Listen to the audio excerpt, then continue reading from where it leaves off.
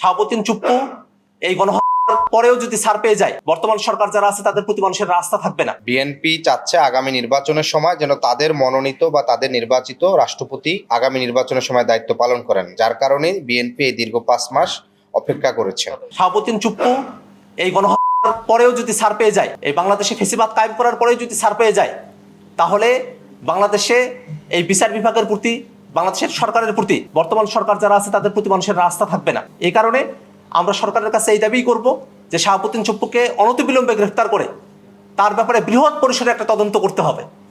কারণ যে শাহাবুদ্দিন চুপ্পু এখনও শেখ হাসিনার সাথে যোগাযোগ রাখে, 24-এর অভ্যুত্থানের সময়টাতে সে কিভাবে যোগাযোগ রেখেছে, কিভাবে হাসিনার কর্মকাণ্ডকে সমর্থন দিয়েছে, প্রত্যেকটা জিনিস খুঁজে বের করতে হবে।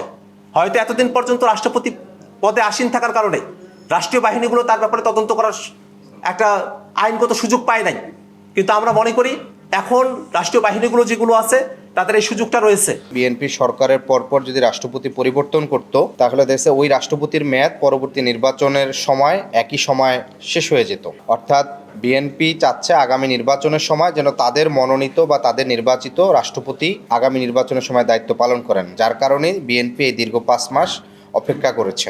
এটাই মূলত তাদের একটি প্রাইম কারণ ইতিপূর্বেও ইতিহাসে বিএনপি যে দুবার ক্ষমতায় ছিল, 91 সালেও দেখা গেছে যে তখন ক্ষমতায় আসার পরেও যে একটি জাতীয় সমঝোতার মাধ্যমে তত্ত্বাবধায়ক সরকার আনার কথা ছিল, সেটি নিয়ে গড়িমসি করেছে।